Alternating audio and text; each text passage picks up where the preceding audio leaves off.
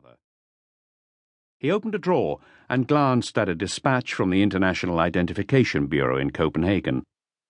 Paris PJ, Pietr the Latvian, and then a long series of numbers.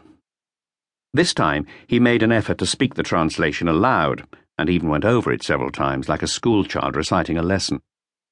Description: Pietr the Latvian, apparent age 32 years, height 169 centimetres, sinus top straight line, bottom flat, extension large max, special feature septum not visible, ear unmarked rim, lobe large, max cross and dimension small max, protuberant antitragus, vex edge lower fold, edge shape straight, line edge feature separate lines, orthognathous upper, long face, biconcave, eyebrows thin fair light, lower lip jutting max thick, lower droop light.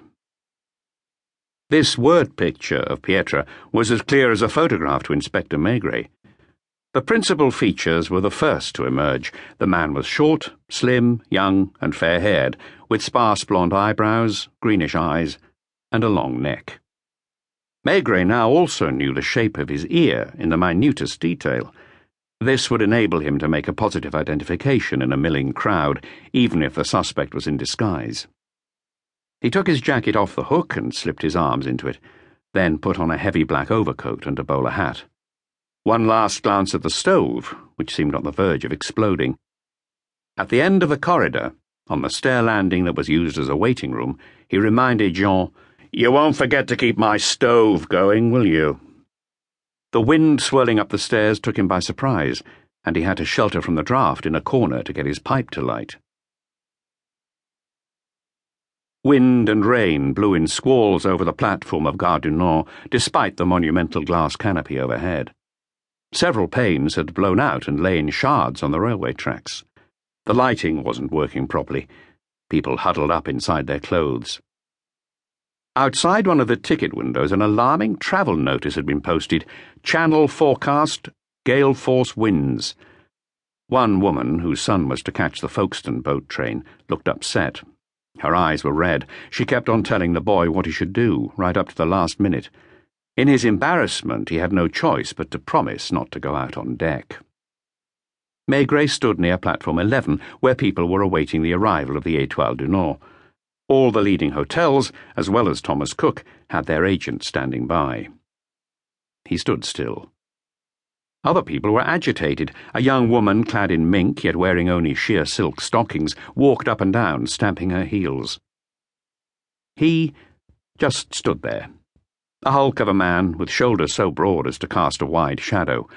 When people bumped into him, he stayed as firm as a brick wall. The yellow speck of the train's headlamp appeared in the distance. Then came the usual hubbub, with porters shouting and passengers tramping and jostling their way towards the station exit. A couple of hundred passengers paraded past Maigret before he picked out in the crowd a short man wearing a broad-checked green travelling cape of a distinctly Nordic cut and colour. The man wasn't in a hurry. He had 3 porters behind him, bowing and scraping. An agent from one of the grand hotels on the Champs-Élysées cleared the way in front of him. Apparent age 32, height 169, sinus top. Maigret kept calm. He looked hard at the man's ear. That was all he needed. The man in green passed close by. One of the porters bumped Maigret with one of the suitcases. At exactly the same moment, a railway employee began to run, shouting out something to his colleague standing at the station end of the platform next to the barrier. The chain was drawn closed. Protests erupted. The man in the travelling cape was already out of the station. Maigret puffed away at his pipe in short, quick bursts. He went up to the official who closed the barrier. "Police. What's happened?" A crime. They've just found—" "Carriage 5? I think so." The station went about its regular business. Only platform 11 looked abnormal. There were 50 passengers still waiting to get out, but their path was blocked. They were getting excited. "Let them go," Maigret said. "But—" "Let them go." He watched the last cluster move away. The station loudspeaker announced the departure of a local train. Somebody was running somewhere.